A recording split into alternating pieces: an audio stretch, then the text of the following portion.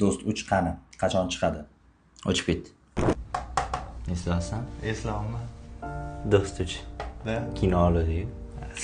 Daklat qo'yaylik o'sha. Qozog'istonga. Do'st 3 qisqa metrajli film. Eng ko'p uchrayotgan savollar. Qani? Do'st 3 qani? Qachon chiqadi? Bu ko'pgina savollarga marhamat Jasur Rustamov batafsil javob beradi. Oldimizda ikkita yo'l bor edi tushunishingiz uchun. Ikkita yo'ldan bittasi uni dublyaj qilish yoki suratga olish payti живой звук, ya'ni ovozini живой yozib olish. Ko'p hamkasb do'stlarimiz bu yo'ldan foydalanishdi. O'shaning uchun ham vaqt talaflama filmligi tezroq tayyor bo'ldi. Biz o'sha qiyinroq yo'ldan ketdik. Tushunishingiz uchun oddiy misol mana. Mana shu soatda ovozi bor mana. Yoki bundoq qilganda odam ovoz chiqadi. O'sha narsalarni hammasini ovozlashtirish kerak edi. Bu odatda o'zi bitta yaxshi kinoni vaqtini bir 3 oy, 4 oy, 6 oy kerak bo'lsa 1 yilgacha vaqt talab etadi bu ovozlashtirish jarayoni.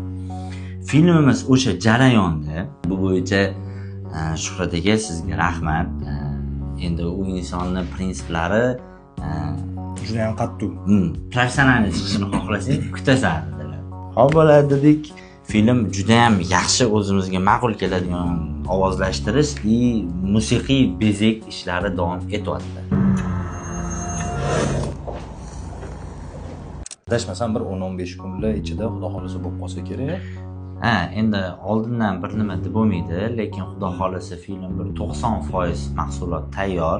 Render jarayoni tugasa, u yog'ini yana storieslarda videolar qilib qayerda tomosha qilamiz, nimaga tomosha qilamiz, nima tomosha qilamiz, hammasini yana tushuntirib boramiz.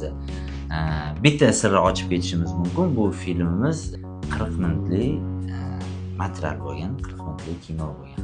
Eslatib o'tamiz, Do'st 1 va Do'st 2 seriyalarni Instagramda kontent qilib joylaganmiz. Ko'rib bitta eslab olinglar. O'shanda uchini tezroq ulab olasizlar. Biz shu yo'ldamiz, tezlashtiramiz. Xudo xolasa tez kunlarda filmni sizlarga namoyish etamiz. Qo'llab-quvvatlab borsanglar bo'ldi. Hammaga sabr uchun, to'g'ri tushunganingiz uchun kattakon rahmat. Olg'a cho'monlar.